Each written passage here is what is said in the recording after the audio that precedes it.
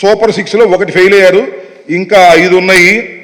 మహిళలకు ఉచిత బస్సు ప్రయాణం, ప్రతి ఇంటికి ఏడాదికి 3 గ్యాస్ సిలిండర్లు, ప్రతి మహిళకి నెలకు 15,000, 19 సంవత్సరాల నుంచి 59 సంవత్సరాల మధ్య వయసు ఉన్నవాళ్ళు, ప్రతి రైతుకి ఏటా 20,000 ఆర్థిక సహాయం, యువతకు 20 లక్షల ఉద్యోగాలు, లేదంటే నెలకు 3,000 నిరుద్యోగ భృతి.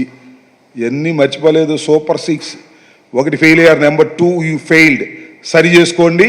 ఇంకా 5 చేయకపోతే వైఎస్ఆర్ కాంగ్రెస్ పార్టీ మీ వెంట పడుతుంది, ప్రజల పక్షాన. గుర్తుపెట్టుకోండి, ఇచ్చిన మాట తప్పితే ప్రజలు ఊరుకోరనే విషయాన్ని కూడా మీరు గుర్తుపెట్టుకోమని మనం చేస్తున్నాం. సూపర్ 6 కాదు, అది సూపర్ చీట్గా మీరు చేయబోతున్నారనేది మాకున్నటువంటి అభిప్రాయం. దాన్ని కూడా సరి చేసుకునే ప్రయత్నం చేయాల్సిందిగా ఈ సందర్భంగా నేను మిమ్మల్ని కోరుతున్నా. ఇంకపోతే ఇంకో చివరి విషయం, ఇవాళ ఈనాడులో విచిత్రమైన వార్త ఒకటి రాశారు. 15 నుంచి ప్రజా దర్బారు చేస్తున్నట్టు జగన్మోహన్ రెడ్డి గారు 15వ తారీఖు నుంచి ప్రజా దర్బారు చేస్తున్నాడు అని ఒక పిచ్చి రాతలు. ఆయన ఎప్పుడు జనాన్ని కలవడు, నాయకులను అసలు కలవడు, వచ్చిన జనం తిరిగి వెళ్ళిపోతున్నారు. ఇప్పుడు 15వ తారీఖు నుంచి మాత్రమే ఈయన ప్రజా దర్బార్ నిర్వహిస్తున్నాడు అనేటువంటి పిచ్చి మాటలు ఈనాడుకు అలవాటే. దానిలో పెద్ద ఆశ్చర్యకరమైన విషయం లేదు. ఏదో రామోజీరావు గారు పోయాడు, ఇప్పుడు ఏదో వాళ్ళ అబ్బాయి పేరేంటి కిరణ్ వచ్చాడు, ఏదైనా మాట్లాడేమనుకున్నాం. మాట్లాడనుకోవటం మన పొరపాటు. వాళ్ళ అబ్బాయే కదా. చంద్రబాబు నాయుడు గారిని మోయటమే వారి పని. జగన్మోహన్ రెడ్డి గారిని వ్యక్తిగతంగా హననం చేయాలనేదే వారి ప్రధాన ఉద్దేశం. వారిది, చంద్రబాబు నాయుడు గారిది అదే ప్రధానమైన ఉద్దేశంతోనే ఆయన మాట్లాడుతూ ఉంటాడు, వీళ్ళు రాస్తుంటారు. నేను మనవి చేస్తున్నా, జగన్మోహన్ రెడ్డి గారంటేనే జనం, జనం అంటేనే జగన్మోహన్ రెడ్డి గారు. ఎప్పుడూ జగన్మోహన్ రెడ్డి గారు జనానికి దూరంగా లేరు. నాకు తెలిసినంత వరకు జీవితం మొత్తంలో చంద్రబాబు నాయుడు గారు ఎంతమంది కలిశాడో, జగన్మోహన్ రెడ్డి గారు ఆయన రాజకీయాలు ప్రారంభించిన దగ్గర ఇప్పటి వరకు అంతకన్నా 10 రెట్ల జనాన్ని కలిసి ఉంటాడు. ఆయన ప్రజల మధ్యన ఉండేటటువంటి మనిషి, అందరితో మమేకమయ్యేటటువంటి మనిషి, అందరినీ కలిసేటటువంటి మనిషి. అలాంటి మనిషిని ఆయన జనాన్ని కలవట్లేదు, నాయకులతో మాట్లాడట్లేదు, నాయకుల్ని కలవట్లేదు అనేటువంటి దుర్మార్గమైనటువంటి మాటలు రాసి ఈ రకంగా చేయాలనేటువంటి ప్రయత్నం చంద్రబాబు నాయుడు గారు చేస్తున్నారు. జగన్మోహన్ రెడ్డి గారు అనే వ్యక్తి ప్రజలతో మమేకమయ్యేటటువంటి ఒక హీరో లాంటి మనిషి. ఎక్కడ మీరు చూశారు కదా, నేను చాలా సందర్భాల్లో చూసా, చాలామంది జనం కూడా చూసి ఉంటారు.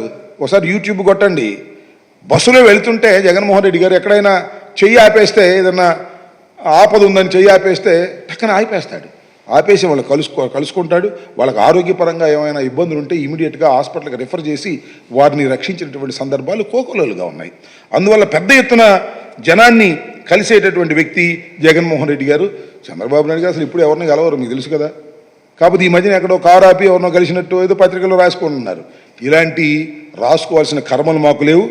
జనాన్ని మేము తోలుకు రావాల్సిన అవసరం లేదు. జనం తండోపతండాలుగా జగన్మోహన్ రెడ్డి గారికి వస్తారు. ఆయన కూడా సమయం ఉన్నంత వరకు ఉదయం 10:30 దగ్గర నుంచి 2:30 వరకు కూడా శ్రమ లేకోకుండా ప్రతి వ్యక్తిని పేరు పేరున పలకరిస్తారు, వారిని కలుస్తారు.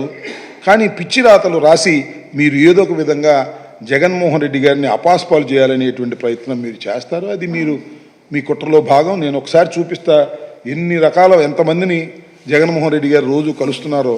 ఒకసారి ఫోటోలు చూపించాయా, ఒకటి వరుసనే అది చూడండి, టగటగది.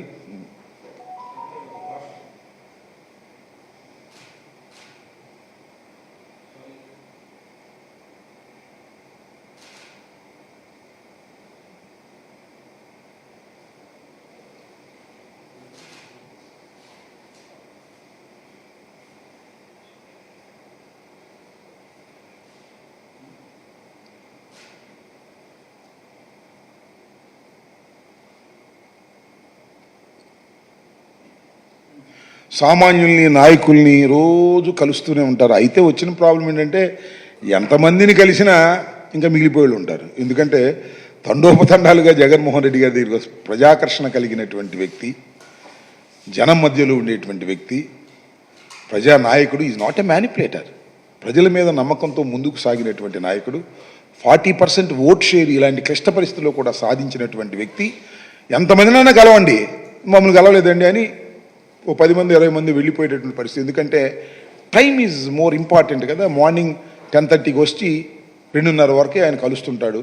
ఆ 2:30 తర్వాత కొంతమంది మిగిలిపోతే నెక్స్ట్ డే అని పంపిస్తారు.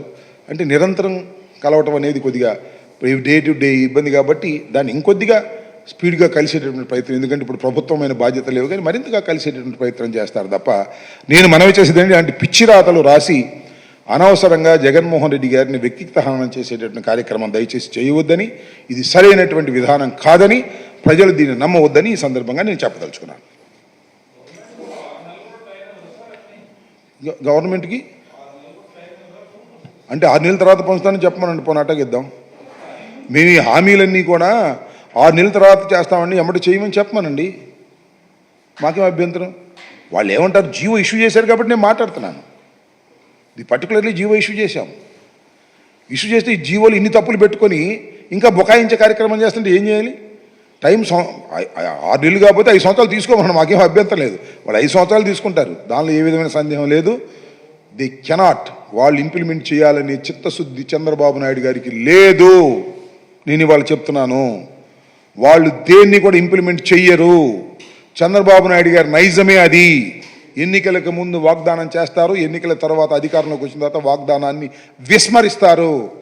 ఎన్నికలకు ముందు వాగ్దానం చేసి ఎన్నికల తరువాత విస్మరించే వ్యక్తే, అతని పేరే నారా చంద్రబాబు నాయుడు గారు. కాదు అంటే చూడండి, ఇప్పుడు నెల 10 రోజుల్లో 10 రోజులు అయినట్టుంది అంతే కదా, నెల 10 రోజులు. ఈ నెల 10 రోజుల్లోనే ఇన్ని దుర్మార్గాలన్నీ నాకు అర్థం కాలేదు. మా ఆఫీసులు కూల్చేస్తారా? ఇలాంటి తప్పుడు జీవోలు ఇచ్చి ప్రజల్ని ఇబ్బంది పెడతారా? ముఖ్యమంత్రి గారి మీద కేసులు పెడతారా?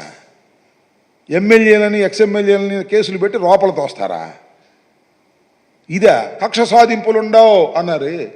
కక్ష సాధింపులు తప్ప రెండో పనే లేదు. ఇది వాస్తవం, ప్రజలు గమనిస్తున్నారు.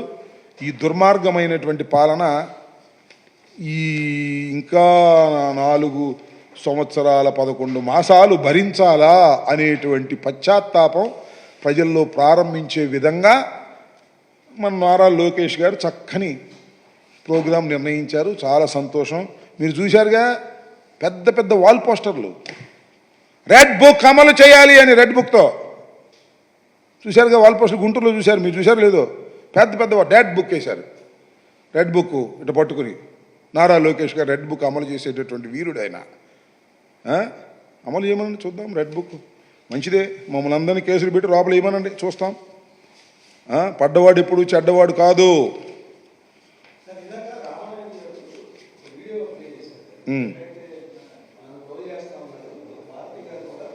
నేను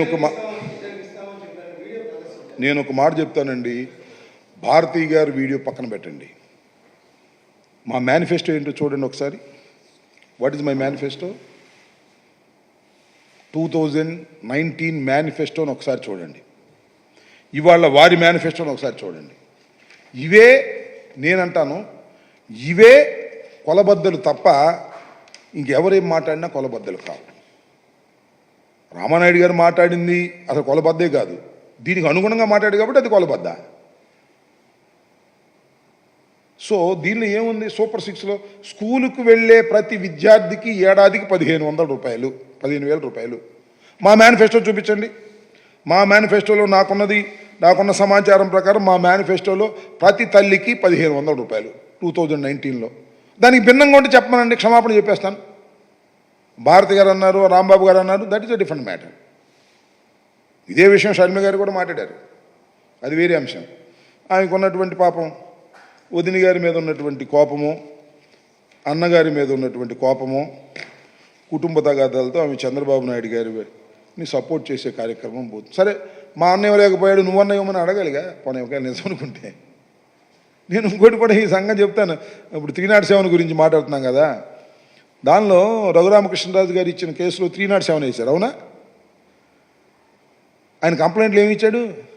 నన్ను అరికాళ్ళ మీద కొట్టారని ఇచ్చాడు, అవునా? అంతేనా? ఏమండి, చంపేవాడు అరికాళ్ళ మీద కొడతాడండి? 307 కేసులో అరికాళ్ళ మీద చంపేవాడు అరికాళ్ళ మీద కొడతాడా? అవ్వచ్చండి. The intention of the accuse, intention of the culprit. కాసేపు అనుకుందాం. ఇంటెన్షన్ ఏముంటుంది? కాళ్ళు పైకి పెట్టి ఆయన చెప్పింది నా కాళ్ళ మీద లాఠీలతో కొట్టారనే కదా. ఇది చంపేవాడు చేసే పనేనా అని నేను అడుగుతున్నా. ఈ కంప్లైంట్ మీద పోలీస్ అధికారి రిజిస్టర్ చేశారు 307. పోలీస్ అధికారి ఏం చేశాడు? Director of prosecution, assistant director of ప్రాసిక్యూషన్కి రాశాడు దీన్ని ఏ కేసు మీద పోలీస్ అధికారి తప్పుకోవడానికి. ఆయన 307 వేయమన్నాడు. వీళ్ళు రాశారు. ఆయన ఈయన ఇద్దరు కూడా సమాధానం చెప్పుకోవాలి. రేపు గుర్తుపెట్టుకోమని మనం చేస్తున్నా. ఒకసారి కేసు రిజిస్టర్ చేశారంటే అందరితో పోద్దా? లాజికల్ ఎండ్ ఉండాలి కదా దానికి. సరే ఏం జరిగిద్ది ఏంటి అనేది we can see before the court. వాళ్ళు కేసు రిజిస్టర్ చేయగానే 307 రిజిస్టర్ చేయగానే అయిపోయిందా? ఇల్లులగానే పండగ అయిపోయిందా? సో ఎంత నేను I'm requesting all the police officers in the state, మీరు అధికారంలోకి వచ్చినటువంటి ప్రభుత్వం మంచి ఊపులో ఉందని చెప్పేసి వాళ్ళు చెప్పినవన్నీ చేయమాకండ్రా బాబు, దొరికిపోతారు. ఏ కేసు పడితే ఆ కేసు ఫాల్స్ కేసు రిజిస్టర్ చేయకండి. వ్యవస్థలో న్యాయ వ్యవస్థ ఉంది. న్యాయ వ్యవస్థలో క్వశ్చనింగ్ వస్తుంది. తప్పు చేస్తున్నారు మీరు, ఆలోచించుకోండి, సరి చేసుకోండి. పెద్దాన్ని 307 వాళ్ళు 302 కూడా వేసేవాళ్ళు. 302 వేయాలంటే డెడ్ బాడీ కావాలి. That is the problem. Dead body దొరికితే దాన్ని 307 వేసి జగన్మోహన్ రెడ్డి గారు 302 వేసి కట్టేస్తారు. 307కి డెడ్ బాడీ అవసరంలా, అందులో కట్టేస్తున్నారు. ఇది జాగ్రత్తగా ఉండండి sir. IPS officers and different police officers, ఇది చాలా క్లిష్ట సమయం. జాగ్రత్తగా ఉండండి. పెన్ను మీద రాశారా దొరికిపోతారు. నేను చెప్పానని మీరు కేసు పెట్టారా, నేను తప్పుకుంటా పొలిటీషియన్ని, మీరు ఇరుక్కుంటారు. అది గుర్తుపెట్టుకోండి.